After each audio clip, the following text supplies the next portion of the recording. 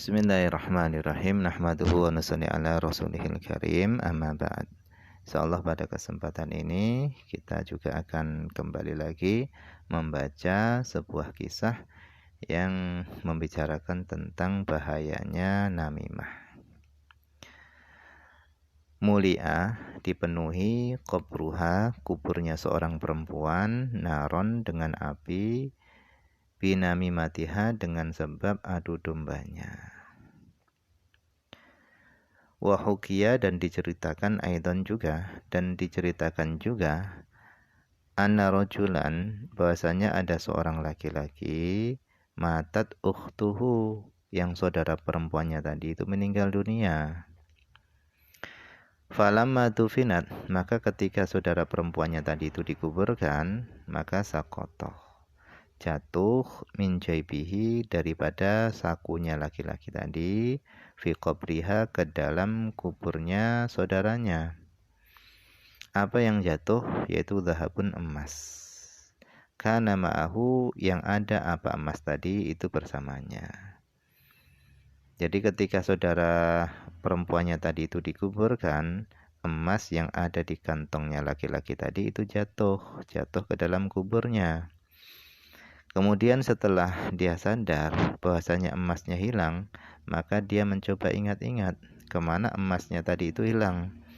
Kemudian dia ingat bahwasanya emasnya tadi itu jatuh ke dalam kubur saudari perempuannya. Maka ketika itu faraja alailan, maka dia kembali ke kubur saudarinya tadi lailan, pada malam hari. Wa nabasya qabra, kemudian dia menggali kubur saudari perempuannya tadi. Fawajadahu, kemudian dia mendapati kubur saudarinya tadi mumtalian, dipenuhi naron dengan api. Maka dia kaget, kenapa seperti ini? Faraja'a, kemudian dia kembali ila ummihi, kepada ibunya. Dia laki-laki tadi kembali untuk menemui ibunya. Faqala laha, kemudian dia berkata kepada ibunya, akhbirini, beritahukanlah kepadaku, makanat taf'alu ukhti minal munkar, apa yang dilakukan oleh saudara perempuanku daripada kemungkaran.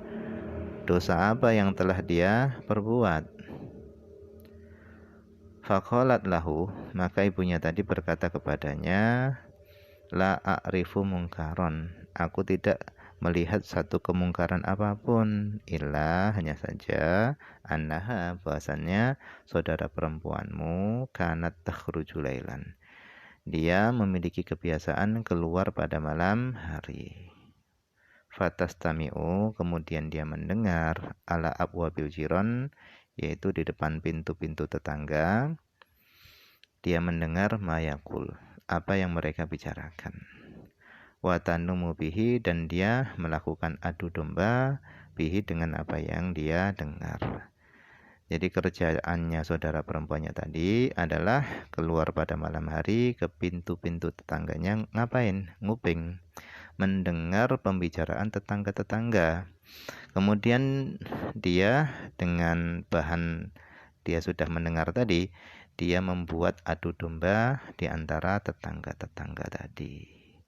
Fayaqau bidzalika, sehingga terjadi bidzalika, dengan sebab hal itu terjadi bainahum, antara mereka, fitnatun, terjadi sebuah fitnah.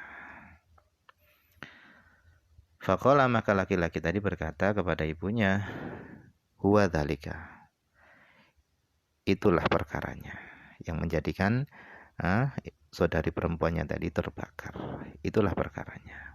Wa akhbarha, kemudian laki-laki tadi berkata kepada ibunya, mengabarkan kepada ibunya, bil hali, dengan kondisi yang sebenarnya yang dia alami di kubur saudari perempuannya, yaitu kuburannya tadi itu dipenuhi dengan api.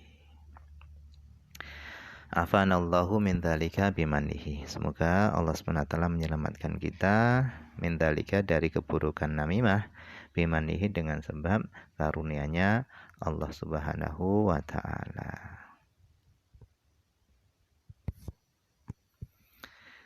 Tanbihun, peringatan.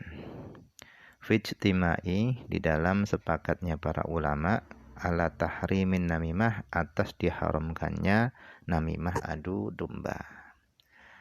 Qala al-Hafidz al-Munziri, telah berkata al-Hafidz al-Munziri, beliau mengatakan ijtama'atil a'immah, para imam telah sepakat ala tahrimin namimah, atas diharamkannya adu domba. Wa annaha, dan bahwasanya namimah, adu domba, itu min a'dhamil dzunub, itu termasuk paling besarnya dosa-dosa indallah, di sisi Allah Azza wa Jalla. Wa qad ittafaqal ulama, dan sungguh para ulama telah sepakat ala annaha, bahwasanya namimah, adu domba, itu minal kabair, termasuk dosa-dosa besar. Jadi namimah itu adalah dosa besar. Wahia, adapun namimah itu adalah naqlu kalami ba'din nas, yaitu memindahkan ucapan sebagian manusia, dipindah ila ba'din, kepada sebagian manusia yang lainnya. Tujuannya apa? Ala wajhil ifsad, yaitu dengan tujuan merusak bainahum, antara mereka.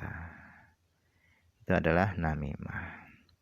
Wa amman naqlul kalam, adapun memindahkan perkataan, ucapan, tujuannya adalah nasihatan, untuk memberikan nasihat, lil manqul alaih, kepada yang dipindahkan kepadanya, kepada ucapan yang dipindahkan kepadanya, maka itu fawajibun, hukumnya adalah wajib.